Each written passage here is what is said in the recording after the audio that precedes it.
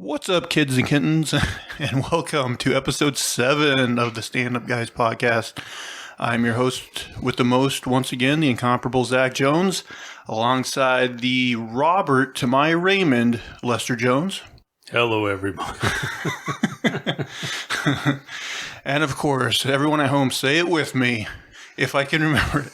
The Ninth Wonder, Chocolate Thunder, licking butts and getting in guts, the ass tasting, times a wasting, having fun, eating that scrum, the phenomenal one, AJ Singh. Hello, everyone. Are you tired of that intro yet? A little bit. Well, it's permanent. All right. Hey, not to start things off with a somber note, but as we're recording this, the news just came in last night that Black Panther himself, Chadwick Boseman, passed away. Yeah. I mean, I don't know. It's always shocking when somebody that young dies, like out of the blue like that, don't you think? Yeah. And it's also like, I'm 40, you know? Yeah, that's true. Yeah. He's not that much. He wasn't that much older than us. 43 years old? Yeah. 43, I think, yeah. Apparently he'd been battling cancer for like 4 years. Amazing that he could like do it in secret where like nobody knew. And he was, pretty prolific, making lots of movies and stuff during that time. Yeah, you figure being that far in the light, somebody would figure it out, but...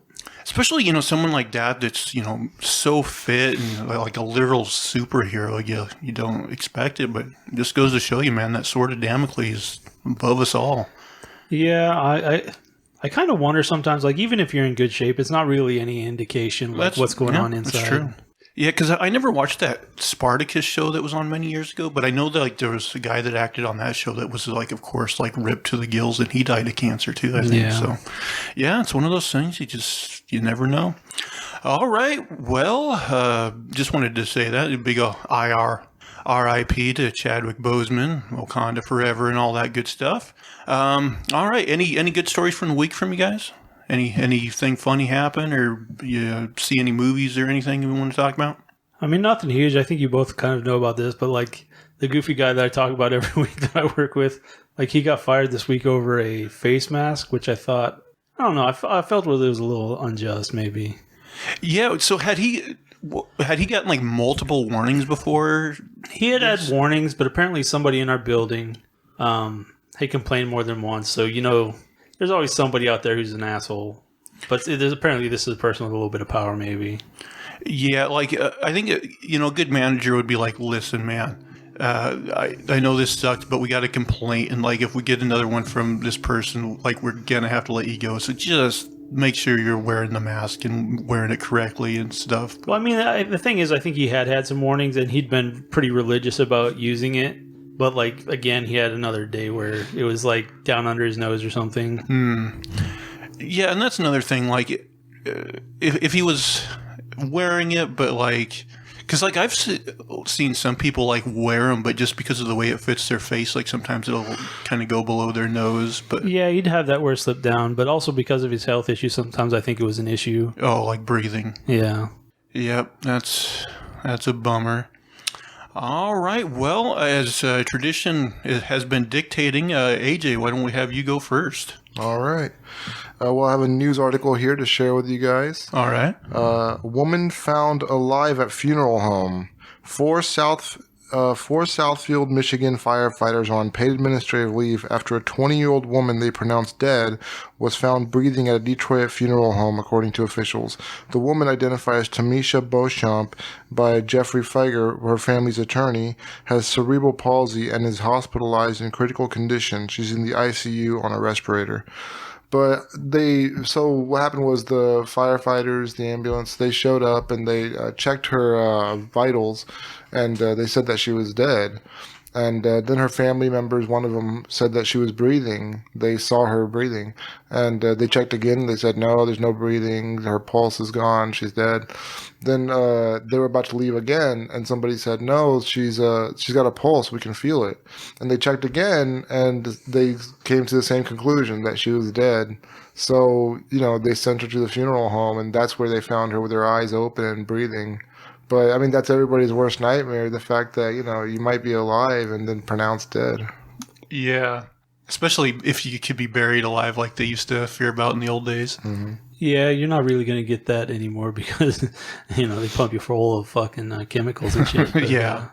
But yeah, every once in a while you get one of these stories pops up where someone's taken in.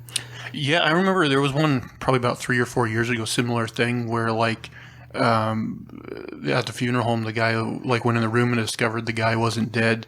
But like he was in a bad way. Like he ended up dying like a day or two later anyway. But yeah, that would definitely surprise you if you were like the person working in like the funeral place or whatever. And you go in there. Well, there's a thing too, which is freaky as shit. Like the people who work there, like people still move and they, fart and different shit when they're dead even. Yeah.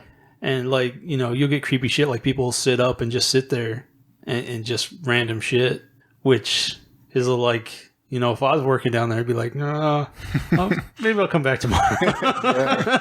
See if they're still moving. Yeah, that is creepy. Yeah, it's some creepy stuff. And then they make sounds and stuff because the gas comes out and it pushes past their vocal cords and they moan and make sounds and stuff. Yeah. I wonder if that's maybe where like the legend of like zombies and things came from. I mean, it's probably tied into that because, yeah. But yeah, I'm sure there's some interesting stories if you talk to some of those guys. All right, you got a topic for us? So this is kind of a throwback to another episode because it's kind of been bugging me a little bit. We talked a little bit about like alien life and exploring the stars. And I was like, I think I've read an article about, visiting near a star. But I didn't know a lot of the details, so I went back and I looked it up again. So Alpha Centauri is the nearest star is 4.36 light years away. And so the idea is, if you look at like your cell phone or something, like the brains of it and the camera and stuff, maybe only weighs like a gram. It's very lightweight. And so the idea is if you take something very lightweight like that, you could build a gigantic laser on Earth and basically just shoot it towards the nearest star using a laser. And so something like this, they figure they could get up to about 20% the speed of light. It'd be, flying past. It'd take some pictures maybe, shoot them back to Earth, and they figure they could get a probe to the nearest star in about 20 years.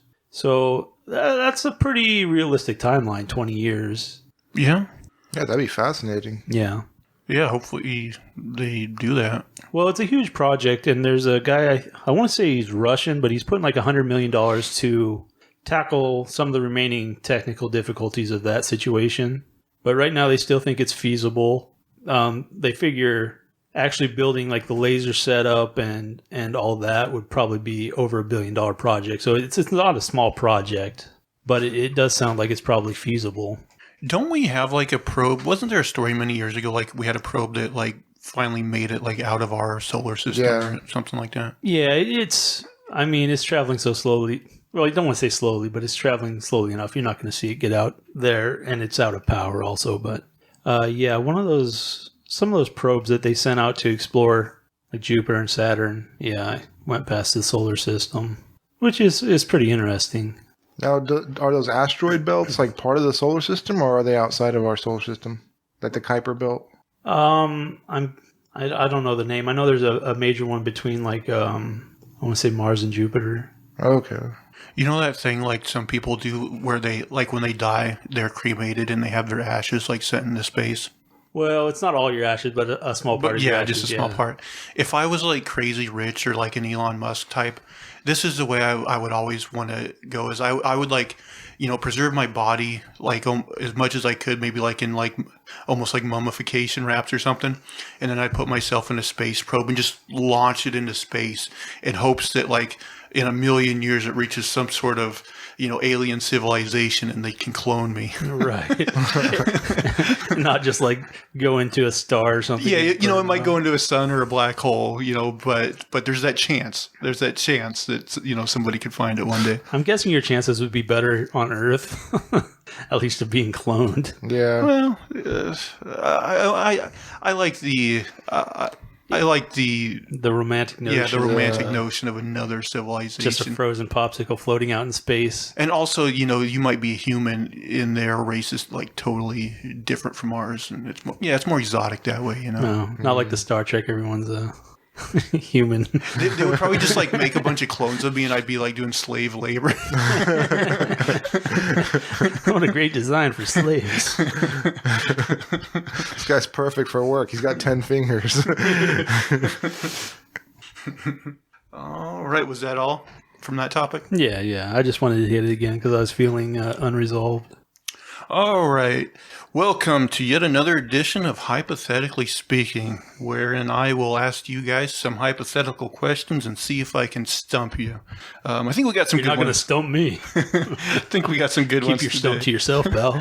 This first one is another one that I think is probably an easy one, but like it does give you a pretty good dilemma still. Okay, would you rather have finger-sized nipples or nipple-sized fingers? Finger-sized nipples. That's easy for me. Yeah, same. Not only that, but I wish I had more nipples. Wish I had like cat nipples. Because, yeah, if you had nipple-sized fingers, I mean, you couldn't do anything with them. So you almost have to go the finger-sized nipples route. But then, like, what do you do with those nipples? Because, like, man, they're going to chafe. Like, do you cut holes in your shirt and just let them out? Tape them up. You think so? Yeah. That sounds uncomfortable, too, though. Yeah. Yeah, I would definitely get in the sideshow porn industry. With Yeah, you with could my definitely finger do that. Slapping people with them. Flicking them. What would be funny is if, like, not only their finger size, but if you actually had dexterity with them. Right. Yeah, it's not just like a lump of like cartilage or something sticking out. But they'd probably, always be rubbing against something, like they'd start bleeding. It'd probably be really painful to have those big old nips. Yeah, just go shirtless. I mean, yeah, you could just always nip it out. Do you think when it's like not cold out though, do you think they just like sag or Yeah. They just hang just hanging off? Yeah. You have big fat mechanic fingers on warm days, something. Okay, here's the next one, and I think I know the answer to this one too, but it's still a dilemma. Would you rather be constantly itchy or constantly sticky? Sticky. That's what I'm thinking too, because like, we've all had times when we're constantly itchy and it sucks. Like you can't sleep because you're just always like, like, yes, it would be very inconvenient to be always sticky, but I think you would get used to it more than always being itchy. Like they both suck, but I'm like you, I would pick always sticky. Yeah. What about you? I don't like feeling sticky either. I don't know. These are both unpleasant, but would you pick itchy over sticky? I mean, are we talking like a little sweaty, or we're talking like, like a 2-year-old with a fudge sickle sticky? I'm thinking, yeah, it's like you got syrup on you. I might go with itchy, man. Sticky just feels unclean. Yeah, I mean, well, itchy kind of feels unclean. Yeah. But I mean, mentally, you might adjust to sticky more easily. that's what, like, the way I was thinking, like, imagine you're sleeping at night. Mm-hmm. Like, if you're sticky, like, as long as you're not moving much, you probably get to sleep. But if you're just itchy, you're never going to get to sleep. You're just going to be always itching. And so, yeah, I would go the sticky route. But Maybe sticky. That's a tough one, isn't it? Yeah, itchy is bad because you see people with like, what's that skin? Like the sciatica or stuff. Yeah. Or just like tweakers. Yeah. And you're It's causing yourself health issues by just scratching yourself raw or something. Yeah. Oh, I have this gross, I saw this picture online of, I want to say it was like a meth head, but like he had scratched his scalp until the skin was gone. Oh. And you could just see like a ring of bone that was probably like 4 or 5 inches across. I was like, I'd rather be sticky than that. Man, like, how do you do that without, like... Yeah, without noticing and getting help. Or... God, so you could actually, like, see his bone, like... Yeah, it was just like a piece of bone, probably like 5 inches across. Damn. Gosh, she must have really been going at it. Okay, so this last one kind of relates to one of your stories from last week about the woman eating semen. Would you rather eat cum-flavored gum or gum-flavored cum? Cum-flavored gum. No, Gum's got to taste better than cum. Yeah, but then it's cum. Then you're eating cum. So yeah, I'm thinking like you. I would probably go with the cum flavored gum. Just because, like, I want to be able to say that I never ate cum. But, yeah. Pretty high and mighty of you. Yeah, you just got to do the no homo. The bubblegum man. What would you go with? Yeah, I can't be gay, I guess.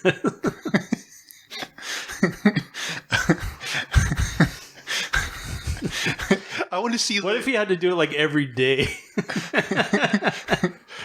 Oh, yeah, that would be tougher.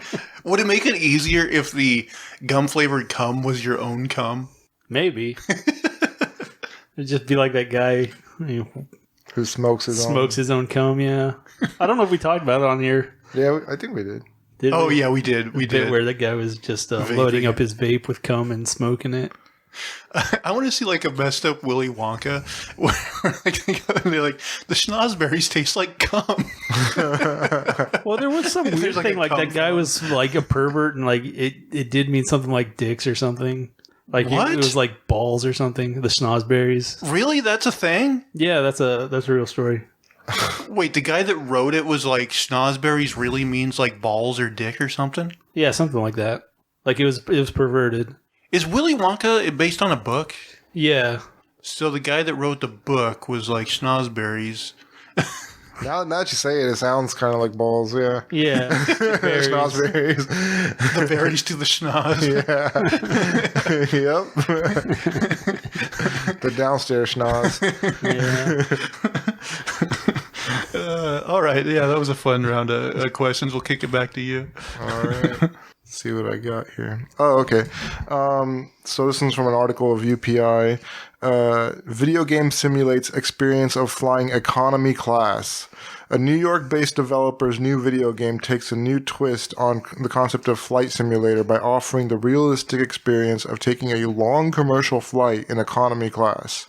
Airplane Mode, a game developed by Hasuji Oji for AMC Games, is billed as the only flight simulation game where players can experience the intense excitement of being an economy class passenger on a long-haul flight.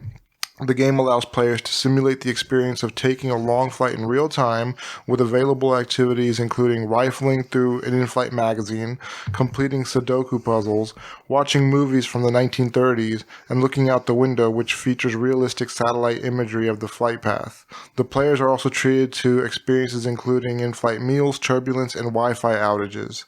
Crying baby not guaranteed on every flight, the game's description reads.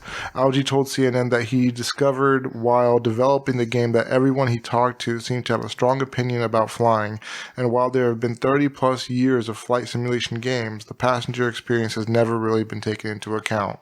A large part of commercial flight experience is largely predictable, Algie said. Our goal was to design this standardized flight and then layer it with delights, annoyances, and idiosyncrasies that the frequent flyer will surely find relatable. The game, which is expected to be released on PC and Mac computers this year, offers 2 flights: a 6-hour trip to New York, from New York to Reykjavik, Iceland, and a 2.5-hour flight from New York to Halifax, Nova Scotia. So yeah, that seems like the most boring game ever. Yeah, who's the market for this? I don't know. Rich people were like, I wonder what it's like to live amongst the plebs. Yeah, you can imagine they're in first class and then they're playing the game to look like, Right. I don't actually want to be there. Not Alicia, really. look what these people are putting up with.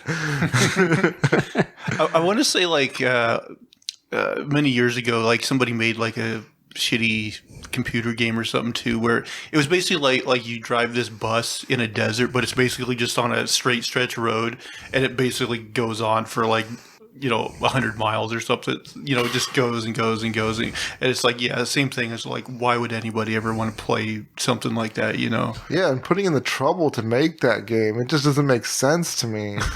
All this trouble you go to make this game, and the market can't be a market for this. Right, the guy's like, it's finished, and then he just hangs himself. What would be great is like you get to like right at the end of like this boring flight game, and then all of a sudden like it like the plane starts coming apart and like it's a plane crash, like a really realistic plane crash, like people flying out and shit. That would be interesting. Yeah, that might actually make it yeah.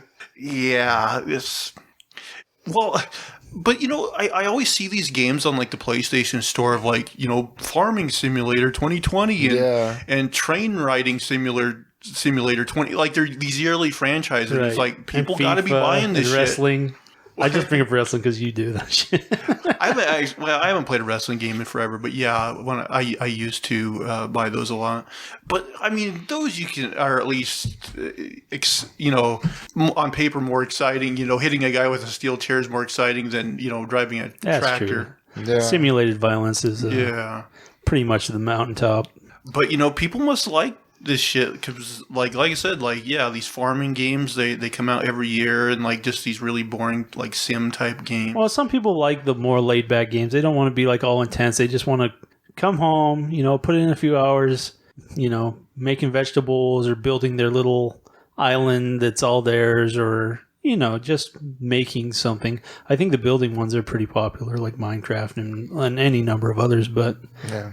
it's just about putting in time and building up your resources. And Yeah, I never played one of those Animal Crossing games because they don't appeal to me. But I know that last one they put out sold really well. yeah, it's been doing really well. Like insanely well, and people seem to like that shit. So Yeah, it's just something peaceful. They don't want something high tension or time consuming. You can put in however much or however little you want. I mean, I have some of those like chill out games on my iPad too, but still they don't seem quite as boring as some of those. But right, they don't. Some of them drag you in more than others, I think. they're certainly not as boring as a simulated 9-hour flight or. Well, the thing is, even though it sounds incredibly boring, maybe it is somewhat interesting. But on the other hand, the way he described it, like I can play Sudoku in 5 minutes on my phone. Yeah. Like I've played Sudoku. Yeah. I have Sudoku on my iPad and I played it a lot. So, all right. So yeah, boring video games into what is your topic? So this is probably a short one. It's just kind of like a little side note. But apparently they found somebody who is naturally immune to HIV. Oh, wow. That is interesting. Yeah. So, I mean, anytime that happens, you have some like hope of like you're going to be able to figure something out. Make a cure out of it. I heard of people in a couple places. Like I heard there were African prostitutes who were immune to HIV. I mean, there's probably some people who are suspected or maybe even people who didn't even know. But yeah, I guess I think this is the first case. Oh, okay. Where they found evidence. Like they found... Well, I think they still found like a couple dormant HIV in the person's body, so they knew they had been infected, but then like they had the resources to basically shut off those cells or something. So, like, I'm no scientist, but like, if they expose that person's blood to HIV, would it make like antibodies? Well, I don't know about that. It's like they still have to research it, I think, to figure out exactly what's going on, but. I hope that guy's donating a lot of his blood, though. Well, at first they kind of suspected that because there's more than one strain, they thought, well, maybe this guy has some kind of like weak strain or something. Oh, I see. And they tested that, and it was like a normal strain or something. But they don't have, they don't really have any inroads into a cure or anything, but it's kind of interesting. Do you think if scientists were able to cure all STDs, that it would just be Caligula and like orgies would be popping up all over the place? I mean, even looking at it as an adult, I'm kind of like, how scared should you be about STDs? I mean, there's a couple permanent ones that you really don't want. And then, But again, like if you use protection, like the only one you really have to think you're probably going to get is herpes. Like because protection doesn't matter, I guess, for herpes. You can get it even if you're wearing a condom. You can still get herpes. But I think there's like a drug too, like if you're taking it, you significantly decrease your chances of catching that. With HIV, I mean, they've got treatments where you could live out a long, healthy life, die of old age. Yeah, as long as you got the money to buy those cocktails. Seems like people are living a lot longer with it, yeah. Because, everybody thought like Magic Johnson was going to die, and he's still going strong. Yeah, and he got it early, like in the 90s. Yeah, like early 90s. So he's still positive? Because I thought he came in negative at some point. Yeah, he tested negative for it, but I mean, he's still got it somewhere in his body. Yeah, I don't know the details on that one. Because like even with any of these tests, you have some false positives along the route too. But yeah, he was a huge case. I I remember like my middle school health teacher. Yeah, that's where I first Like heard she it said too. she'd met him or something, and like she was really broke down when she found out he had HIV. Well, I just that was the first context I ever heard his name because like I didn't follow Yeah, we don't watch sports. when I was a kid, and it was like grade school too. And yeah, I remember my teacher telling us about Magic Johnson and about how he has this disease, and like, no, I'm like, and then like all these years later, like he's still kicking. Yeah, people didn't know much about it back then. Like other basketball players didn't want to play with him because they thought you could get it, by playing around him or something, or scratches or something. Yeah, there's a lot of misconceptions. I mean, contact with blood is probably not great, but anything else, I don't know, is not that dangerous. Yeah. Yeah, I have a cousin. His favorite joke is, "Did you hear David Copperfield got AIDS? He was playing with magic." Terrible. It is. But yeah, it is interesting that like somebody seemingly has immunity to it. And it could. Yeah, I mean, pretty much any disease that pops up in any population, you're generally going to have some people who have a natural immunity to it. But then, like, why did it take this long to find somebody? I mean, you have to prove that they had actually caught it and that their body did something. Because, I mean, what if their body's, like, fighting off before they even know they have it or something? Mm. And it might be very rare to have this. I mean, it seems like HIV works a lot differently than most viruses. So was this person, where are they from? I didn't have any details about the person. Oh, okay. I didn't get into it too deep. I just saw the... but it was on a science website, so it should be true. National Enquirer. Yeah. So is that it for that topic? Yeah, I think I'm good. Okay, so my next topic, just because of our kind of recording and publishing schedule, isn't going to be super timely. But recently, DC had kind of their own event they call Fandome, where they kind of revealed a bunch of movie trailers and stuff that I kind of sent you guys links to watch. And so I just figured we'd kind of go through those, see what your guys' thoughts on them were and stuff like that. So I figure I'll start out with probably the one I'm most excited for, just being a Batman fan, is we got a trailer for Matt Reeves as the director, The Batman, starring Robert Pattinson. Do you see this? I watched the trailer you sent us. Has that guy wrote anything else I know of? Matt Reeves? Yeah. Oh, he's a director. He's a director. He directed the last two Planet of the Apes movies. Okay, so those did relatively well. Yeah, I never saw it, but I think I want to say, I don't know, I might be wrong. I think he directed that first Cloverfield movie. Okay. I never saw that, though. I did. I don't remember too much. I saw the Apes movies, though, and I'm not like a huge fan of that franchise, but they were well put together movies. So, and he seems like a talented guy. But yeah, what do you guys think of it?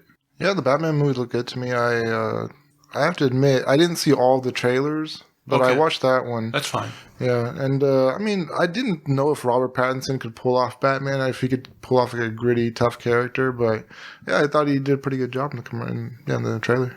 Yeah, he's done some movies since Twilight there where he was kind of a little more gritty. I don't know. I'm still like, DC needs to pull their shorts up. Well, wipe their ass and pull their shorts up. But Well, I think I believe I read this somewhere, which I think will actually makes me more excited. Is this? I don't think is going to be a movie like connected to their other movies, so it is going to take place in like its own space, universe, which I think gives it a better chance of being strong. But yeah, I like. So according to, because they had an interview with him on there, because of COVID, they had to temporarily shut down production. So Right. everything he said, everything in this trailer, they've only shot like 25% of the movie. So like everything you see in this trailer only accounts for about only 25% of the movie's been shot at this point. So there's going to be a lot more stuff in there. I do like that they're taking another crack at the Riddler, because I really do like the Riddler, and. Jim Carrey, his interpretation was very chewing the scenery and very over the top, which was fun for the time. The whole movie was that way. Yes, very campy. But yeah, I kind of like the idea of like a Riddler, killing people, like kind of a serial killer, and leaving clues for Batman to use his detective skills. Yeah, it seems like that's going to be the plot, is a mystery. Yeah. Yeah, and I really I've always mystery liked that thriller. Yeah, I've always liked that aspect of Batman, the actual, detective part of it. Him, putting the clues together and all that sort of stuff. So, yeah, very much looking forward to that.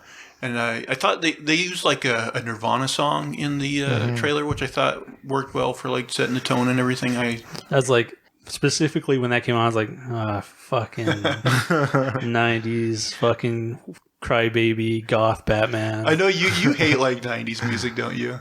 But yeah, I'm open. We'll see what happens. So the other trailer, and this one I got to say, I'll definitely watch this, but it didn't really excite me as they had another trailer for Wonder Woman 1984. Oh, yeah. Like I was saying on our movie episode we did, like the first, Wonder Woman movie to me, it was like, the first 2/3 are fine. And then the last, third kind of devolved into like a CGI cartoon fight.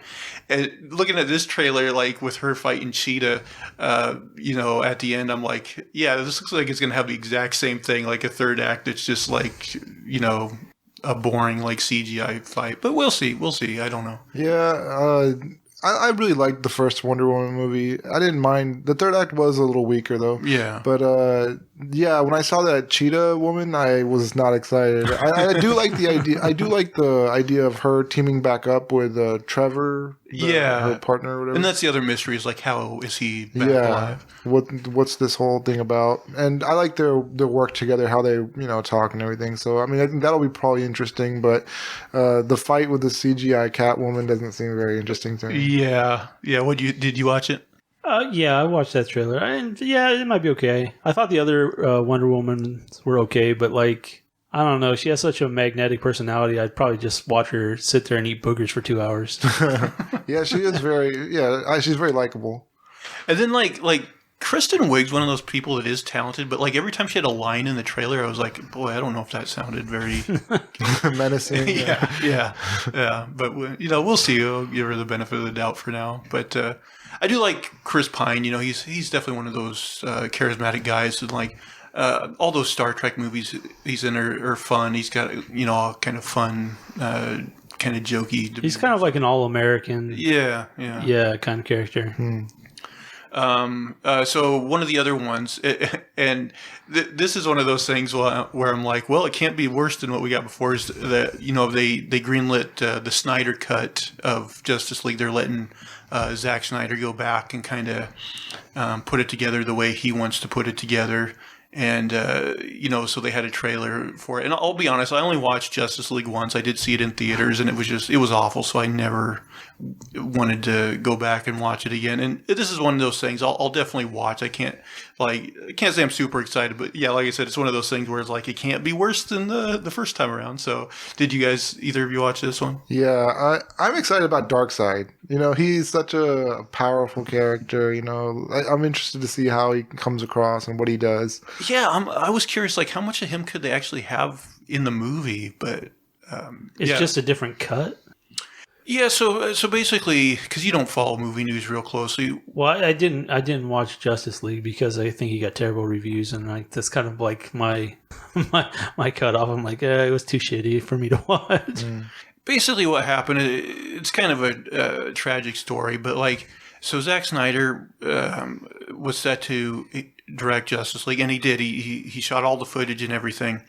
But then, tragically, he had a daughter that committed suicide. So he's like, he was in the post-production process, and he was just like, I can't do this right now. And so they let Joss Whedon, who directed the first two Avengers movies, kind of finish that out. And so he did like his own reshoots and stuff, and his version of it came out, super different than what Zack Snyder had intended. And also, like, the people that were making, the kind of the studio heads really like forced that movie out sooner than it had been. So there was, of course, the story where Henry Cavill was in the last Mission Impossible movie, and like his character there has a mustache, and like Paramount was like, for the reshoots, he cannot shave his mustache.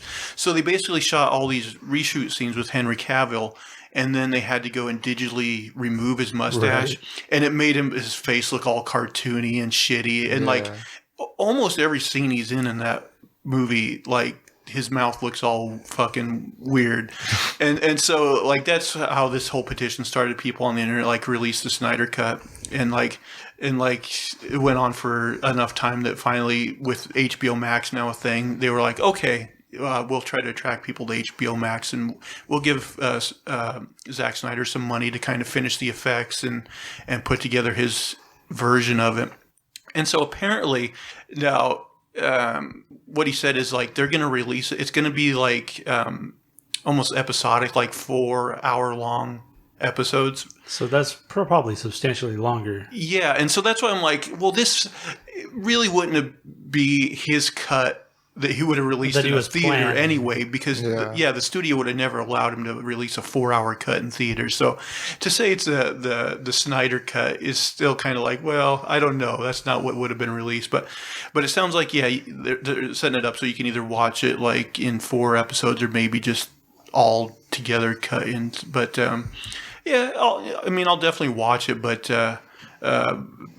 And like I said, it can't be worse than the version that was released. Did you see the original Justice League? Yeah, I did. I did not like it. Yeah, it's bad. Yeah. So the other trailers I had you guys, or I sent you links for, was actually for one of the next video games from WB Montreal called Gotham Knights. And basically, I don't know if you guys watched either or both trailers, but they have just the cinematic trailer that kind of sets up the story. And then they also had kind of a gameplay trailer, which showed some of the gameplay. But basically, the plot of the story is Batman is supposedly dead. Probably not, but supposedly dead. So then basically, the call goes out to 4 members of the Bat family, which are Batgirl, Robin, the Tim Drake version of Robin, Jason Todd, who is the Red Hood, and then Dick Grayson, who is Nightwing, and you kind of play as those characters, taking over for Bruce as he's out of commission. So did you guys watch either of those trailers? No, I didn't see it. I watched it, and I watched the cinematic one, and I watched part of the gameplay one. The cinematic ones never really do much for me because you can put anything in a cinematic trailer. Yeah, same. But it's probably solid, but I haven't played games in a while. Yeah, I really like the Batman Arkham series of games. Those are really well done and a lot of fun. Now, it should be Rocksteady made 3 of those Batman games that are kind of the highest regarded ones. The company that's making this game is WB Montreal, who also made a Batman game called Batman Arkham Origins, which wasn't as good as the other Arkham games. It kind of felt undercooked, but it was still definitely worth playing. But I just want to play another Batman game. I like those games. They're a lot of fun. And, even though you're not playing as Batman, I like all the other, Bat family characters. So I'm definitely looking forward to that. Now Rocksteady, who did make the other Arkham games, they actually put out a trailer. It was a cinematic trailer. I didn't even link this one to you guys, but they're making a game that's where he plays the Suicide Squad, and it's like Suicide Squad kills the Justice League, and it's like the story is, I think the Justice League are kind of brainwashed into being evil or something, and you're tasked to take him out, which is a good concept, but it's also a game that I think is going to heavily be you're supposed to play co-op, and I'm just not interested in that. So I can't say until I see more of that game, I'm not too excited about it right now. But yeah, games with forced co-op are a little awkward for me. Well, yeah, and even the Gotham Knights, they set it up so you can play co-op, but that one, it sounded like you can also play single player with no problem, whereas some games are they're good one way but not the other way. Yeah, so that also. So I do kind of worry about that as far as Gotham Knights, but I think I'm more worried about it in the case of the Suicide Squad game. But I just wanted to kind of go over all the DC stuff with you guys, see what you thought. And did you see the trailer for Black Adam? I did, but it's generous to call it a trailer because it's really just kind of a weird animatic with The Rock's voice over top because they really haven't shot anything yet. Mm-hmm. But what did you think of that? I like the plot. I think it sounds interesting. You know, he lived in a different civilization, and he fought to rebel over there, and he was, I guess, enslaved or something. And then, now 5,000 years later, he's stepping out and doing something else. So it's interesting. Yeah, I'm a little torn about it just because, like, I really do like The Rock, but, like, you know, and I like the fact that I don't know a ton about Black Adam. Like, I've read a lot of comics that he shows up in, but he's never, like, the main player. So, like, he's usually, a lot of comics I've written, he's almost written as a villain. Like, he's kind of like one of those anti-hero characters where, like he has, like, fictional country of, like, Kandak, I think it's called, that he kind of, and, like, I think his people kind of like him, but, like, in other parts of the world, he's, like, kind of seen as a villain. But so that's kind of interesting that he's, like, has those shades of gray to him, I guess. But well, didn't, like, that small trailer, I'm already forgetting, he had some, like, thing where he was almost like a victim. So he's like I'm not going to do that again or something. Or he was, like, oppressed, or he was, like, somehow... Yeah, I think he was oppressed, like, enslaved. Yeah, I only watched that one once, so I don't remember it as well. I might have to watch it. He looked like he was bound, like, in chains or something like that. Right, he had done something, and, like, the population decided, like, to suppress him or put him down or, like, chain him. Yeah. I still wonder, like, if he's a character worthy of his own movie, or if he should just be, like... a villain or another character in, like, a Shazam movie. That's the, like, in the comics where he usually shows up because he's related to the Shazam. Well, I mean, I feel potentially like if he has, like, a big inner conflict where, like, he's kind of trying to do good, but he's also kind of, like, vigilant or, like, nervous about what could be done to him. So you have some kind of, like, weird contradictions in his character. I think that could be interesting. Yeah, and just the fact that he's 5,000 years old, that's amazing to me. There must be some depth to this person, Yeah, that could also be pretty interesting. So, but yeah, that movie's been... I mean, they announced that they were going to make it, like, a long time ago, and then it just never got made, and never... Kind of like the Flash movie, which... Oh, that's another thing I wanted to ask you guys about. So, they're making a Flash movie, and it's been in development hell for a long time, like, gone through several directors, but... So what... The Flash has appeared in certain movies. What has he been in so far? He has been in Justice League, and very small part in Batman versus Superman. Mm-hmm. Right, he comes in, and Superman, like, looks at him while he's moving super fast, and he, like, freaks out or something. That part's in Justice League. That's in the Justice League. Yeah, Batman v Superman is... and this right, there's, like, weird, like, time things going on there. Bruce Wayne has, like, a weird vision of him, basically. Right. And that's the thing. It was befuddling. In the cut of Justice League they put in theaters, they never reference that. And it's like, why set something like that up and then never go back? Basically, they knew they were going to do a movie, and they're like, let's splice him in here. Yeah. And then it just didn't work, and it was garbage. Yeah, I guess. That's right. I remember that, yeah. But apparently, like, their plan right now for the Flash movie that they're now making is, like, just like on the TV show, he's going to be, like, able to travel through the DC multiverse. And so they not only got, I guess, Ben Affleck to come back for this movie, which basically people thought he was done with DC. But maybe it's Batman. A short thing. Yeah. For a lot of money. I'm sure. Yeah. And then, but the other thing they announced is, like, he is going to be meeting Michael Keaton's version of Bruce Wayne, or maybe Batman, but probably Bruce Wayne. Who knows? And they mentioned that.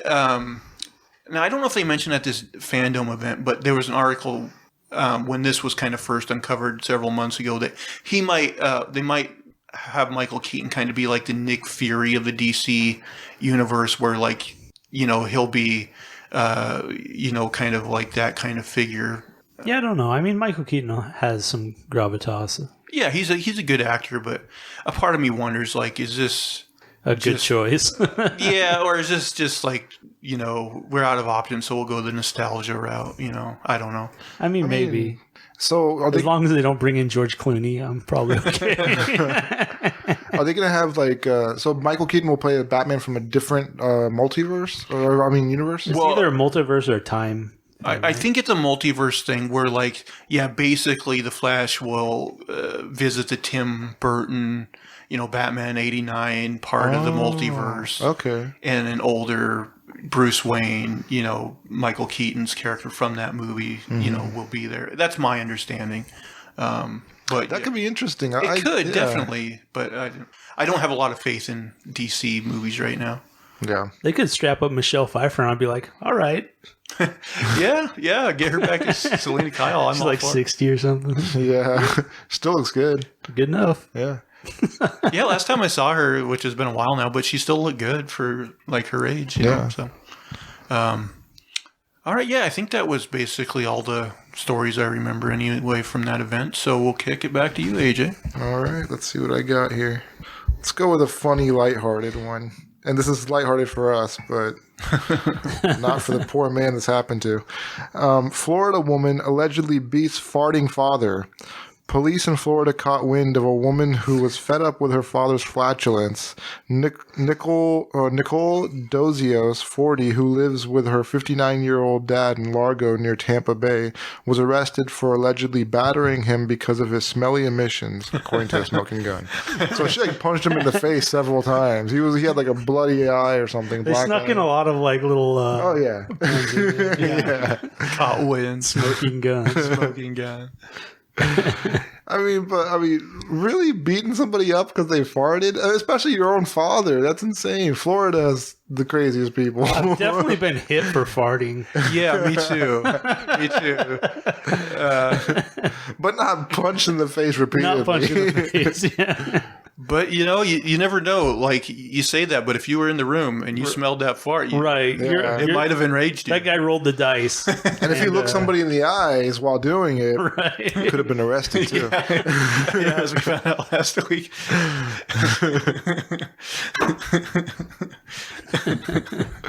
Everybody loves their own brand.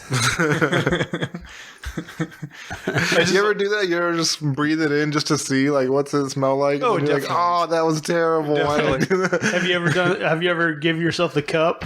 Or you're like, No. No, I don't do that. I've done that.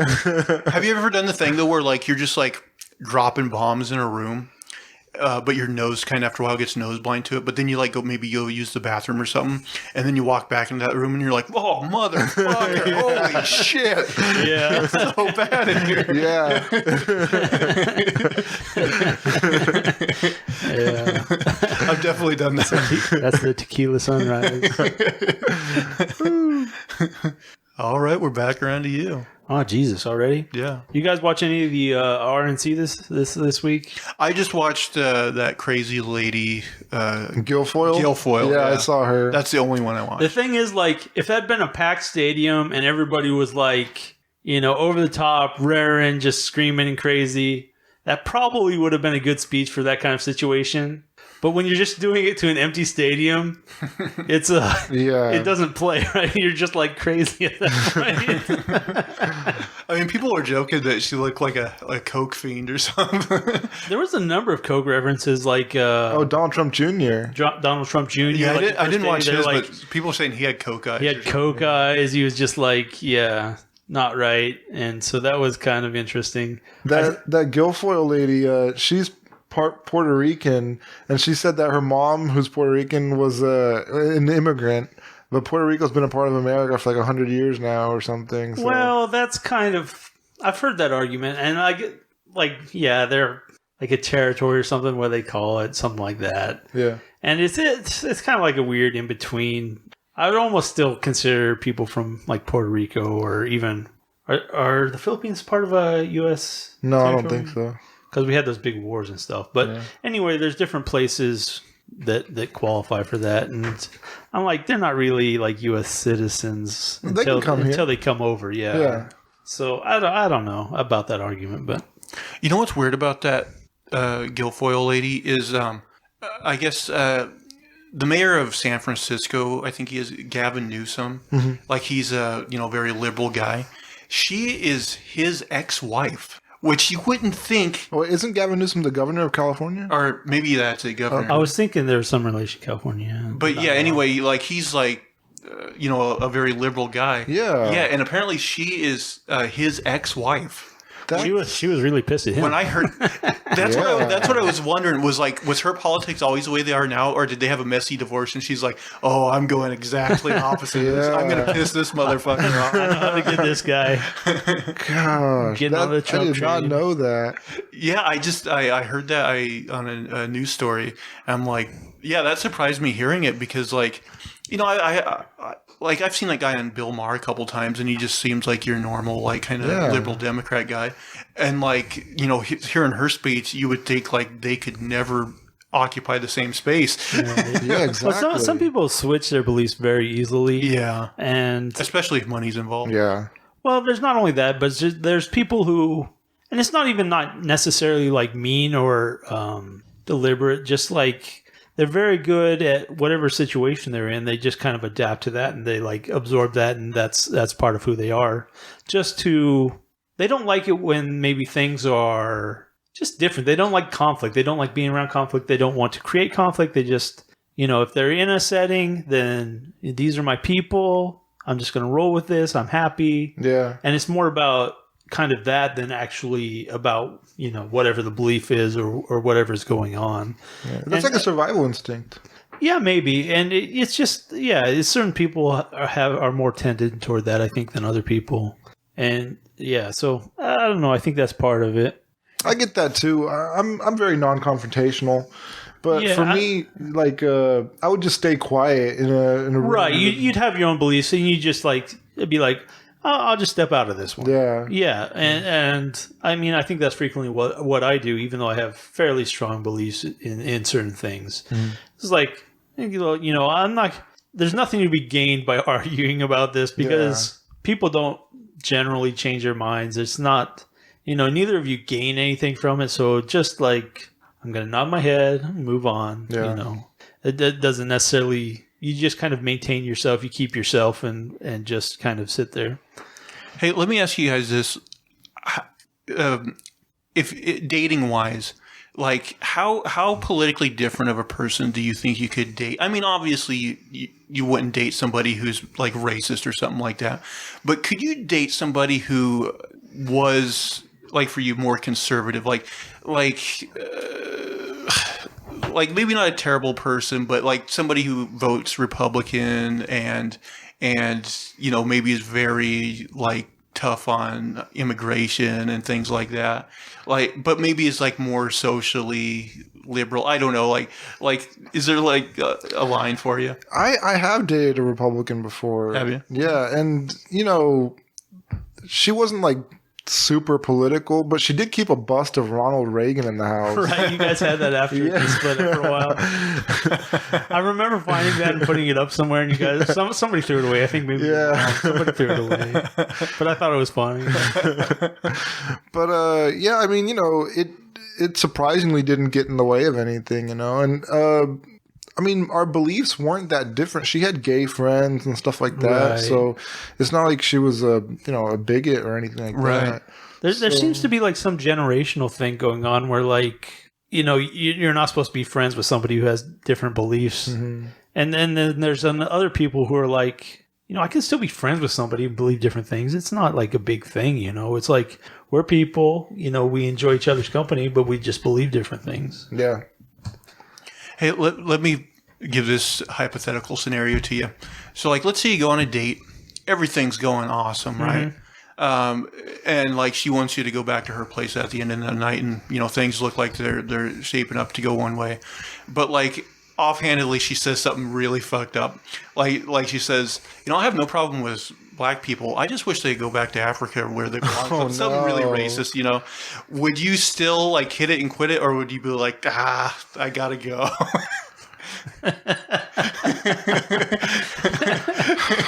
On a scale of 1 to 10, how hot is this person? She's a 10. She's 10. Smoking hot. Yeah, I guess I'd still hit it. Just hit it and and then quit it. Yeah. Get dressed and leave. Yeah. I was just wondering, you have any more observations from RNC? I mean, there were a couple things going on, and I didn't watch all of the speeches. I kind of felt the end was weird. amid this virus, you have this giant convention and nobody's wearing masks, and it's just kind of like you're turning your nose to it. But it also kind of like symbolizes that you're not really like tuned into this situation. There's a certain disconnect there. I felt like that. I thought that was kind of weird. Yeah, I mean, that's that audience. They, they think it's a hoax, or they just don't think it's a big deal. Another turning point, I think, is like Biden is so close to the middle.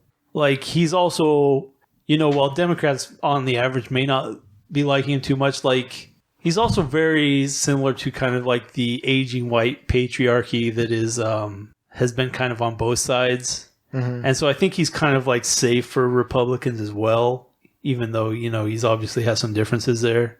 So I feel like that's kind of at play as well in the election. Well, I'm a fan of Kyle Kalinske. Like I watch a lot of his videos on YouTube and stuff. And like he basically pointed out, and like I largely agree with him, and it's one of the reasons like I don't like our political process is like people like Biden, the more corporate Democrats, they're essentially like Republicans who are just a little better on social issues. Yeah, like because they're not going to anything that's going to change the status quo. They're not for universal health care or anything like that. Well, right. There's I don't know how deep I should get into this. There's like this game theory idea that, like, say you had a line and, the left is on the left, the people on the far left are further down the line, people on the far right are on the far side of the line. Now, you say there's a middle point where there's the cutoff between half the people are on one side, half people are on the other side. And if your strategy is to get the most vote, then you really want to be close to the middle. Like, you want to try to pull as much as you can. So basically you come up as close to your opponent's belief as possible, and then just like slightly to the other side of that.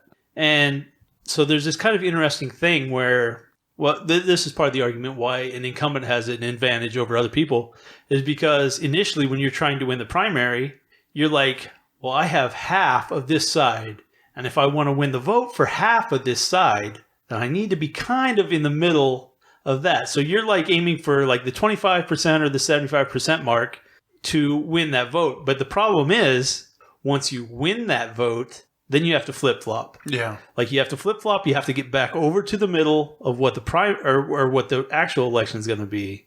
And so at this point you're looking pretty shaky, and that's why incumbents have an advantage over the other party.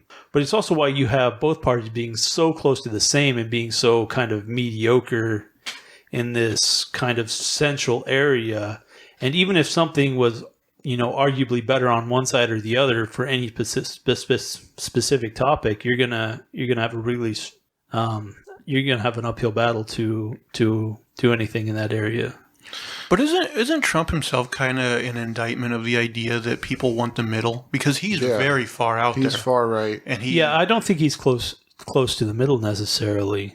I think, but you can see, well, I'm sorry, I'm interrupting, but like the reason like the DNC would strategically, drop Biden, even though I think he's terrible, why they would drop Biden in, deference to somebody like Biden is because Biden is so much closer to the middle. Mm-hmm. Yeah, definitely.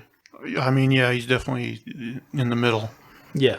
I think, what we're seeing now is, if Biden doesn't win and Trump wins, I think you have to go the route of like a Bernie Sanders type person. You have to try to go and get those progressives excited, try to get more people to vote instead of trying to get the people who already vote on the other side, The thing is, even though, even those people would much rather have Biden or Bernie than Biden, at the end of the day, you can't support somebody like Trump who's such a tyrant, He's like historically the person that's such a terrible person to be in charge. It's hard to have any other belief on the topic that, and even like a common argument in the DNC was, Biden is socialistic, Democrats are moving towards socialism.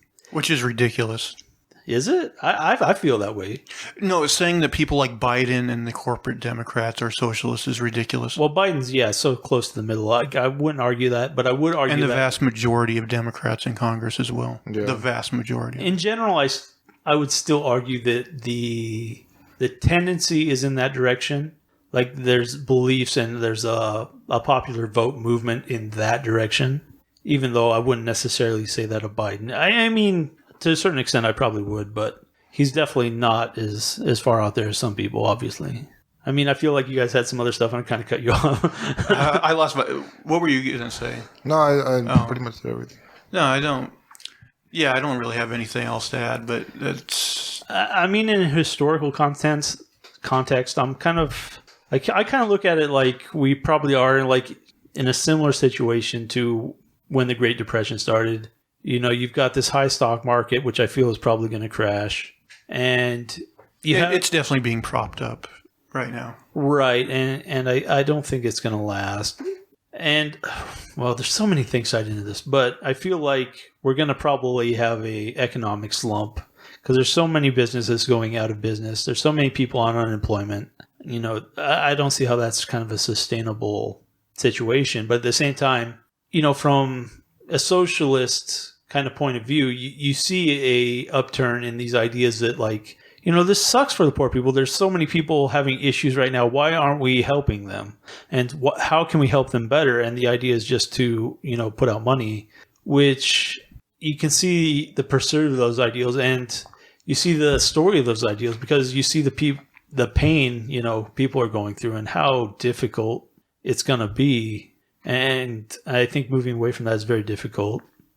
So, I mean, I don't know. What do you guys think about that? Where you're just like, I feel like it's moving in that direction and I don't want it to move in that direction, which isn't necessarily what you guys are thinking because you're both Democrats. But I'd like to see a movement away from that. But at the same time, I'm looking at this tyrannical, authoritarian, you know, just terrible person. And I'm like, well, I'd rather go, you know, towards that because that's potentially something could be recovered from. Whereas if you have some tyrant who just like fucks everything completely over and doesn't have any insight or intelligence or anything, like how are you going to recover from that? Well, from my perspective, you know, the Republicans, you know, they try to make socialism a scary word, but not all socialism's the same. Like they try to make you think all socialism is like Venezuela socialism. And my thing... Okay, go ahead. Well, I just think, in my opinion, I don't, you know, or they try to basically make a confluence between socialism and communism, like they're the same thing when they're obviously not. But my thing is, I think an ideal society has to be a blend of capitalism and socialism, and our society is a blend. But and I honestly think that even though, you know, I am a capitalist, I think unfettered capitalism, completely unfettered capitalism will lead to ruin as well. So I think you do have to strike a balance. My biggest thing as far as socialism is healthcare, because it does not subscribe to the rules of supply and demand like the majority of you know, things that like, why is that? Because your demand for like a medical procedure or a pill or whatever, you know, it's based on something out of your hands. You know, maybe you come down with cancer or a disease or something. I mean, it's more of a need than than a want, but it's still a supply and demand, right? I don't think so. Not. I mean, the price of things in that market are dictated much more by you know, insurance companies and things like that, rather than. Okay, so it's definitely affected. It's not affected in the same way like a fucking TV is affected by supply and demand. Right, but that's the government's fault. Right. So right now it's not a capitalist system. It's not a supply and demand system. There are things in place that subvert that, basically. So it's not socialist. It's not capitalist. It's some kind of weird bastard child. But say let's look at insulin, right? The price of insulin is much higher than the price to make it's out of context, and essentially it's a monopoly. And, I forget what year it was made, but it's well past like the general 16 years of a intellectual property, right?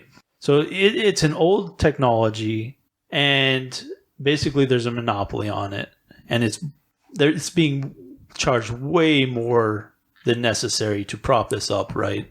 If there was competition, if there was a free market, this would be an exceptionally cheaper medicine for people. But essentially that they're allowed to have this monopoly legally. So, I think, and this comes back to kind of the government being allowed to make laws based on who pays them the most money. But we're not operating in a capitalist system, where I think the capitalist system, where if you had multiple people producing this drug and going to people, you're going to create the lowest cost for this drug that's possible.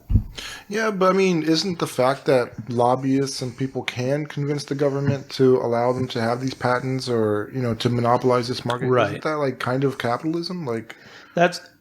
See, when I talk about capitalism and you talk about capitalism, there's two things going on. When I say capitalism, I mean like open markets, free competition, and we get this kind of crony capitalism, right? Where government or companies can come in and pay, lawmakers to make laws in their benefit. And that's when you break the free market system. And a lot of people say, well, we're in the free market, and this isn't working. When essentially we're not. We're in this system where people have paid to control the laws, and they really are breaking that very system. And it's kind of weird because you see a lot of people argue against kind of a free economy and capitalism, when it's hard to appreciate that really that system is being subverted into, and that's why you're seeing more kind of like an oligarchy in systems like this, when if you took out a lot of that stuff, you could, if you reopen those, you get a lot better competition, you get a lot lower prices, you get a lot better system. And that's very tricky, and it's hard to see that for a lot of people. Now that kind of stems from like uneducated voters, right? Like now. Well, I mean anybody. I mean, unless you've probably like majored in economics or something, it's really hard to dig into that and kind of see that kind of like where those breaking points are and what's really kind of going on in those systems. And I mean, that's a specific one where I have maybe a little bit of knowledge, but even like reading economics books and stuff, I still feel like I have a lot of ignorance in these topics. But that's kind of like a general thing that goes on pretty frequently, I think. I mean, I guess here's my overall thinking about it is I find our current healthcare system ethically unacceptable. Right. And, you talk about, I look at things practically, and you can call this cynical, but in the United States, your system is never going to be put in place. Never. And so I think the quicker solution is a single payer system, which is also going to be a very hard lift. But I think we get, there faster than the other way. And also we have such, income disparity, and it's only getting worse. And actually the whole coronavirus situation is going to make it even worse, to where I'm like, I'm getting to the point where I'm like, tax the rich more. But of course they make the laws because they pay for the politicians. Well, this goes back to the whole system of paying for the law. So it's like, I mean, at the root of it is government corruption, where, bribery is legal. And so it's like, how do we buck that system? It seems, But like even like if you look at Obamacare, the argument is like, making it better, more available for everybody. And somehow, somewhere still in the middle of the system, you have insurance, which if the government's going to be taking care of healthcare, why do you have an insurance company making billions of dollars in the middle of this system? Like, it doesn't make any sense. It feels like the entire thing is written by the insurance companies who paid a ton of money lobbying to get the thing put into law. Whereas if you just had, open competition, all those prices would go down. All those markets would be freer. Yeah, but they tried to do it without the insurance companies, but those corporate Democrats, corporate Republicans, they fought to keep the insurance companies in the loop, Well, this all goes back to my central idea that this payment for building laws or creating laws is basically the fundamental flaw of our entire government. Yeah, super PACs, all this stuff. Like, if we could vote them out, it might be a better system, but the fact that the people aren't voting against it, right? But this to happen. The thing is, even when you try to dig deeper and try to do better, it's kind of like where they get their claws in even deeper. It's whereas if you just didn't have any of that and you just allowed a free market to take over, it'd be much simpler. Hey, how come? And maybe I just don't hear this because I don't follow it enough. But how come the libertarians don't seemingly take a bigger stance against basically paying off politicians? I mean, at the heart, I would say they probably do. I haven't heard that specific topic come up a lot. In general, the idea of a very limited government is probably at the heart of that, which is kind of the central belief. Because, I mean, the only way we're ever going to make it to the promised land of what we want is to have, politicians that aren't funded by corporations. And most of the ones out there that are like that are people you would never vote for because most of them are for things like universal health care. Well, I mean, even if we get that out of the way, say that was out of the way. Say politicians were behaving purely on behalf of the population. Let's say we're closer to a pure democracy. We're like, we want this, and the politicians aren't they're not tied to corporations. They don't have this issue. So then corporations aren't getting all this stuff, and they're probably paying more in taxes and, a lot more fair system in that way. Well, there's also this system where, and this is what's weird because both of these are going on, right? They're being paid off, but they also, in addition to having these kind of, corporation benefactors that they have to appease, they also have the population they have to appease. So both of these are going on. And so basically the population in general, once they start moving in a direction of, we can get money for nothing out of the government from the people who pay taxes. And if, the scales start tipping in this direction where more people are on this end, it just kind of feeds itself because people who are like towards the intersection, they're like, well, I can make just as much, from the government for doing nothing. You start seeing this cycle where you get bigger and bigger kind of a disparity where people at the low end are trying to get stuff out of the government, and you get people on the high end who are just like, we have to make so much money to kind of escape this cycle of taxation that it's I don't know, it's a very hard system, and I don't think they're easy.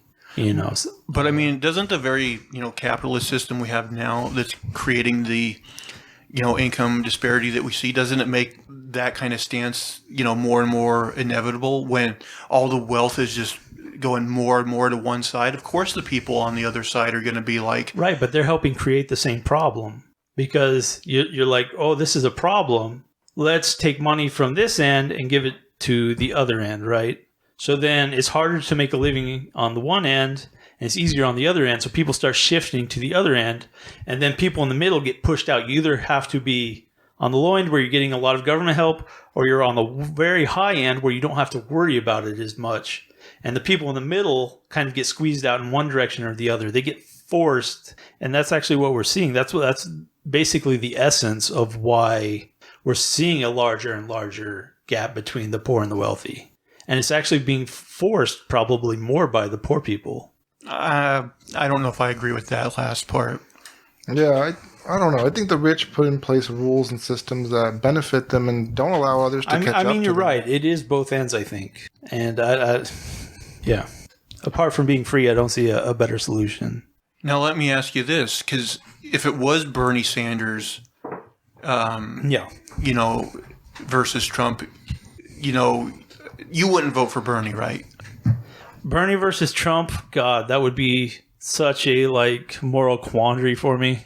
But does the fact that he, was publicly funded and not, corporately funded, that doesn't appeal to you on some level? Yeah, on some level it does. But at the same point, I have to say that I can't say I think either of them understand economics, but I feel like socialism, you do have to look at socialist systems. You do have to look at Venezuela. You do have to look at things like this where these are very popular systems and say, I just don't think they're working. But I mean, someone like me, I'm for socialist healthcare, but basically capitalist everything else. Is that unacceptable? It's not unacceptable. I think the free market is going to operate more efficiently than when the government's butting its head in. Like, I'd rather people be able to take experimental pills that would potentially kill them of their own free will and just find out what's most efficient that way. And be like, but at the same time, like I was talking about the insulin, it's complicated the way they make it. It's not a free, it's not a free market. So it's hard to. A lot of people say, well, capitalism isn't working because of this, and it's not really a capitalist system. It's a monopoly or something like that.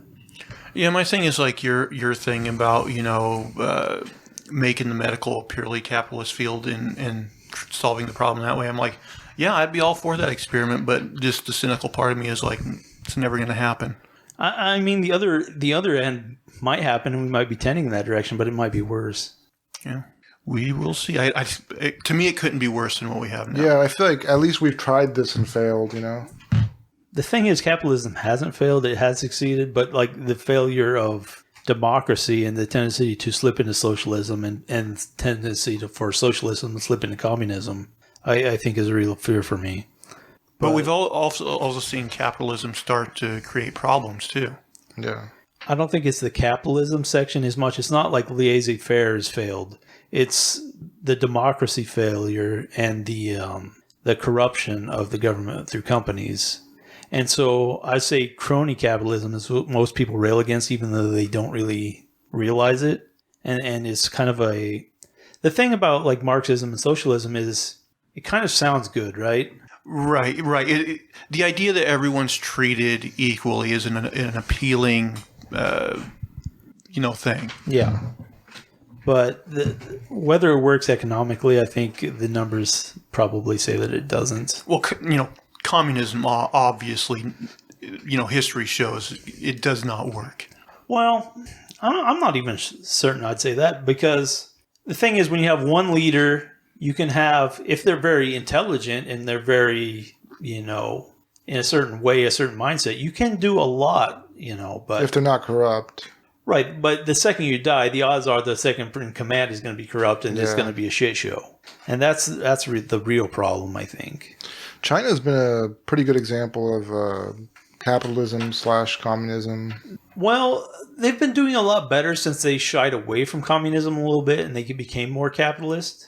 Like, they've seen a lot of improvement, I think, on average for people that way. But their people are still, there's a lot of oppression there that I don't approve of on a moral.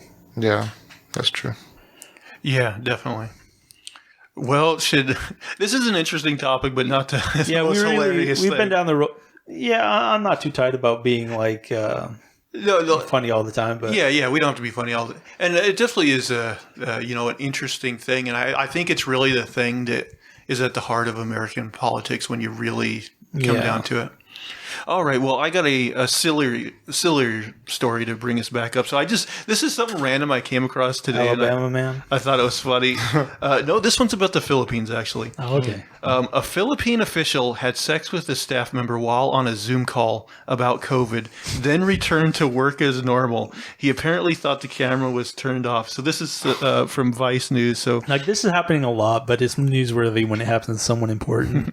It says a local government chief in the Philippines was caught having sex with his female treasurer during a work Zoom call to discuss the COVID-19 situation in the area. Local media reported that the call brought together regional officials from Dasmariñas City in the Philippine province of Cavite, located on Luzon Island. The official was identified as Jesus Estil, the captain of the Fatima Dos Village Council. According to local media, the encounter began after Estil attempted to mute his Zoom app, thinking that he had also switched off the video. Estil can be seen in full view of his colleagues, walking away from the computer to engage in a sex act for several minutes. Several minutes. That's a proclamation. Like 6 minutes. Afterward, Estil buttoned up his pants and nonchalantly returned to the computer screen. The video was recorded by a colleague on the call and has since made the rounds on Philippine social media. Outraged residents swiftly filed a petition to have Estil and his treasurer removed from office for misconduct. Philippines Interior spokesman Jonathan Malaya said in a statement on Thursday that the act was unbecoming. Or maybe it was very common. Yeah. It is appalling and disturbing because it goes against public morals, he said. We assure the public that we will investigate this incident and will hold the captain liable. What's to investigate? I know. Yeah. I said it was pretty cut and dry, but maybe cut and wet. Zoom. I do like it said several minutes, though. Yeah.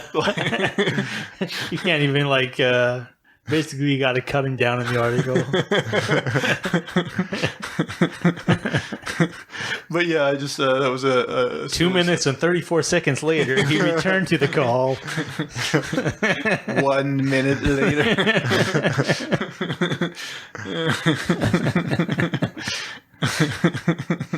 So I'm guessing they had kind of that risk of being caught moment. Like they wanted to do it on a Zoom call because it was hotter that way or something. I don't know. I think he just really thought it was off. Yeah. Of it, got a rude awakening. He's like, that wasn't my best work. I saw one of those where the guy was there's a group of people and he thought he clicked off or whatever, and he went and got some tissues and came back to the computer, and everyone's logging off. Jeez. But yeah, you got to be a little careful with that. Apparently, Yeah. Just leave the call. shut off the device. Yeah. All right. Either of you guys got any other topics for us? Yeah, just a little funny one. A man in Malaysia, and this happened in 2014, but I found this article and I thought it was funny. He came up short after buying a 100-pound penis enlarger online. Turns out to be a 5-pound magnifying glass. So, yeah.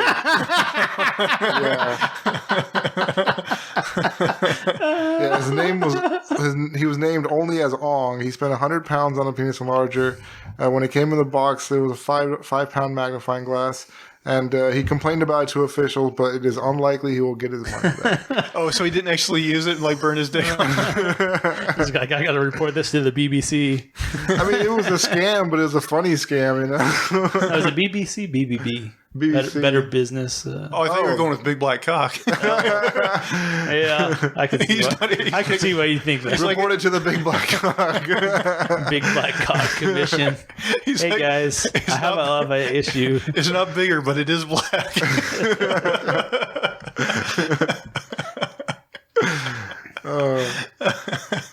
Used to call the ATM the ass to mouth. Yeah, so someday all your acronyms will be overtaken by porn. You'll be like, this is difficult. Oh, man. I think I'm out of topics. You got anything else? Or What time are we at? we're closing in on an hour and a half. Oh, wow.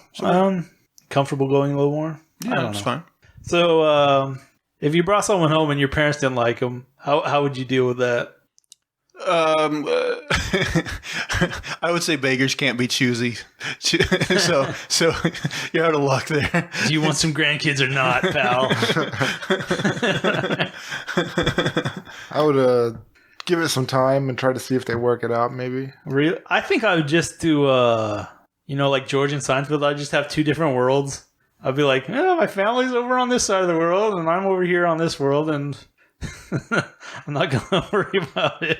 And this isn't like a first impression thing. This is like they've met this person many times, and they're like, no, we're pretty sure we don't like this person. Right, it's just someone they don't... Yeah. Well, even if it's like the first time, it's just someone they don't like. Yeah, it wouldn't work out for me then. You don't think so? No. I think I you just have to see what the problem is and if it's fixable or not. I don't know. I think I'd just keep it separate. I'd be like, you go to your family's on Thanksgiving, I'll go to mine. Did you learn nothing from George? His worlds collided. His worlds collided, yeah. I just write it out until that happened, I think. And then we'd just be like... And then I'd let those worlds collide, and I'd be off on the moon, and I'd be like, "Oh, we'll see what happens when I come back." Who survives? Yeah, it'd be like, "You guys can sit here and talk. I'm gonna go to the store. I'll be back later." I don't know, man. It'd be tricky. Now here's a question: do you think you would be attracted to someone who your parents like would really have a big problem with? I mean, I'm sure they instilled certain morals in me where I'd be probably similar. I don't know. I think I could be different. I mean, like, I guess don't know. if you fell in love with like a stripper or a porn star, like, I guess mom would definitely have a problem with that. I would have a problem with that. Yeah. Like, I probably wouldn't be chill with that myself. Yeah. But I don't know. Like, we were talking about, like, mild racist issues or something. Yeah. Well, I mean, we would have problems with that, though. It wouldn't be our Well, I parents. wouldn't have problems with being a black person. Like, that would stem from possibly being, like... Oh, like, and it wouldn't like even if your necessarily parents were be, the like... racist in the equation. Well, right. Well, like, if they have a problem, like, would I be, like... Yeah. Yeah, that would be a rough one. Like if you started dating like a black person, and then you found out your parents were maybe a little more racist than you thought, and they were like, "We don't know if we like this." Yeah. Yeah, like I would side on the side of the woman for that one. Definitely. But yeah, I don't know. Try to change your parents in that situation. Yeah. Yeah, I mean, I think most people come around unless they were like complete assholes. At which point, maybe you should just walk away. I don't know. Yeah, I heard about a family that actually disowned their daughter. She married a black doctor. Not that it should matter that he's a doctor, but I mean... Like good social status. Yeah, good social status, everything. And just the fact that he was black, that's so crazy to me, Yeah, that's pretty shitty. I got a question for you. This is like one of those things like I didn't even realize until like I think it was when we were in Texas. Like I found out there's like that beef between like India and Pakistan. Oh yeah, which is something like I totally like didn't know about. Like let's say like you like fell for a Pakistani girl and like brought her home. How do you think your parents would react? I've dated a Pakistani girl. Yeah. My mom was very unsettled by it. She was like, how does her family feel about it? Like, you're two different sides. It's very, Yeah. She was very concerned about it, but I mean, I didn't think it was a big deal because both sides are pretty similar, in a lot of ways. That's another thing. Sometimes these differences that people have, like someone from another perspective is like, what's going on? You guys are like, same. Yeah, I had a teacher who was like, oh, wow, you guys are from India and Pakistan, you're dating? Like, how does that go over? But I mean, for us, it was like, well, we speak like practically the same language. We look, like the same people. Right. It was very normal to us. Yeah. All right. You got anything else, or you guys want to call it? Yeah, I don't know why. I kind of feel like keep going, but that's getting towards the long end. No, it's right? fine. We can keep going. If you got something good. I don't really even have anything good. I just feel like I just feel like talking, chilling and talking. I don't know. I don't know about you guys. Like, I feel like these are like better conversations than I've had for a long time, and I'm kind of like. I just like, oh, that's kind of nice, instead of being on the phone, I get a chance to, even though I'm on my phone right now, like, maybe I can find another question and then we can talk for a little while. But like, I mean, I actually did have another topic that I can use if you want to go. All right, fuck it, let's do it, man. Yeah, I feel like keep going. So my question is, have you guys ever encountered a situation where you like had an epiphany that you like, oh, in a certain respect, I've been living in a bubble. I mean, I think coming from a small town, you kind of are living in a bubble. But the thing that sticks out to me is I remember this clearly. Like I was about in 6th grade, and you got to understand, like our town, we had like one radio station, and it played nothing but country. Right. Our parents, it's country or nothing. It's just all they listen to. And I remember in about 6th grade, like one of my classmates came up to me and he was like, hey, so Zach, like, what kind of music do you like? And I remember telling him like, I'm not really into music. Music's not my thing.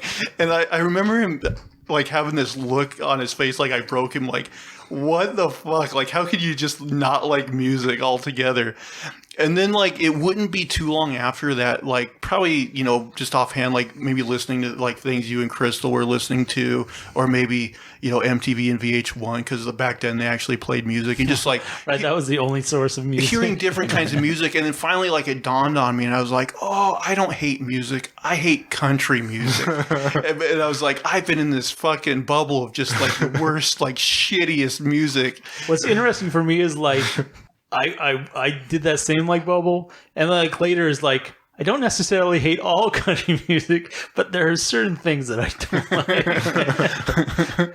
But yeah, I definitely had that music disconnect as like other people knew about music, and I was like, they're like, oh, do you like the Red Hot Chili Peppers? I'm like, I have no fucking idea.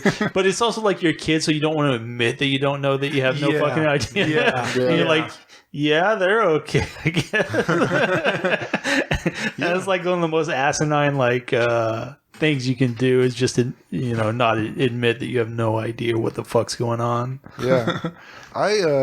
I was the same as you, Zach. Like, I didn't really listen to music until MTV. Like, I started watching it, and then I watched it, like, all day, every day. Yeah. And, they'd show, like, if I really liked a music video, I'd watch for hours just to see if that video came on again, you know? Right. That's another thing. I think, like, certain songs wouldn't have been popular without MTV. Like, the Radio Star songs, like, that's a shitty song, but, like, they play it, like, every commercial every day is ingrained in your brain. Yeah. So there's a certain nostalgia there, even though it's like garbage. Or there might be kind of a shitty song, but it's got like a good video. And Right. And you're like, well, the video's kind of cool. Yeah, I'm sold on these tits. Yeah. That's true. Sex sells, and sometimes you will put up with a bad song because it's got a certain chick in it you like or I something. will not put up with people telling me the Spice Girls are shit. You can fuck right off right now. I'm still that way. I'm gonna dust off my DVD copy of Spice World and go to I town. thought Baby Spice was super hot. But Yeah, I don't know yeah. why she was called Baby Spice. That's not, an attractive name. Yeah, she's like the younger one. I like the ginger. Yeah, she was hot. Also the black girl, Scary Spice. I didn't like Posh that much. I don't. Yeah, She's too skinny. she doesn't like read very well. Yeah. Like, I feel like she's kind of bitchy. I feel like you're shitting on Sporty. Yeah, Sporty Spice. Not shitting on, just not at the top of the list, I guess. Yeah. Yeah, Spice Girl. There was like a lot of groups from that time that were like so huge and people still love, and even like all the boy bands like NSYNC and Backstreet Boys and Right. things like that. They say like music has gone downhill since like, the industry had to deal with those online sales of music or like those free music websites. And stuff like Right, Napster made a big thing for in the industry for a while. Yeah, that was a big case. Yeah. So that. That was YouTube. I mean, it's not free. I mean, it is free for us, but people get paid for it. But Yeah, now they have ads on everything. yeah, I'm not into the music that's coming out these days. But I sound like every person before me. Like yeah, that's very common because like it moves through generations, and so like there's maybe a generation you like, and I kind of like the more upbeat and like classic rock stuff. And so like the 70s and 80s were pretty good for me. I know Zach likes the 90s. I didn't like the 90s. I love the 90s. And then I mean, I love 70s and 80s too. like the 2000s. That's when it feel started to really like go even down. now it's less because stuff has moved more in the hip hop's like the biggest genre right now, which that's another thing is like I feel like I haven't been in it enough to like there's probably some stuff in there I might like, but I also feel like the 90s was so depressive. Like I feel like it's a little more upbeat now. Like it's starting to move in that direction where I kind of like it a little bit more. Well, I mean, the 90s started out with grunge, and yeah, it kind of has that depressive quality to it. But I feel like there's, other, hallmarks of the 90s that aren't like that. But Like, well, I mean, there was like that kind of mid-90s. Alternative, Oasis, stuff like that. Yeah, and then there was an explosion. so kind of in, like that mellow, like. And also there was like that explosion, like a lot of women, like Lilith Fair type, women. Alanis Morris. Yeah, that kind of stuff. I do like some of those for like their voice quality and their uniqueness, but at the same time they're also depressive. What about like Bare Naked Ladies stuff? I didn't care for it. Like I don't know, wasn't big on it. I mean, In general, I think I'd say I'd be more likely to like some of the women's voices. That's just a personal preference. That I like some of the women voices coming through. the thing that gets me is like there'll be pop songs of today, and I'll hear one on a show or something, and I'll be like, man, it's not catchy. Like, Yeah. Right. Like I've heard bad songs, but I'm like, I can tell why people like this because it is kind of catchy.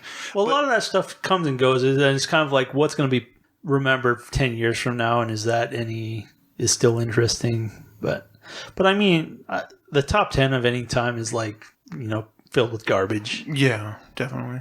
So I don't know. All right, should we call this long episode? Yeah, I guess we probably should. We'll figure something out next time. All right, well, everybody listening, once again, if you made it this far, thank you very much. Make sure to, like, subscribe, leave us a positive review if you would. That is very, very helpful. And just a reminder, anyone listening to this on podcast feeds, we are uploading the audio version to YouTube as well, if you like that. So as we go out, AJ, where can the people find you? A name for this, 2, as in the number 2, on Twitter. And Lester? At unsolicited SUG at Twitter as well. Yeah, we're on Twitter. And on Twitter, you can find me at Zach Jones Live, ZachJonesLive. And that's all our shenanigans for this week. Make sure to follow us again next week. Bye. Take care. Adios.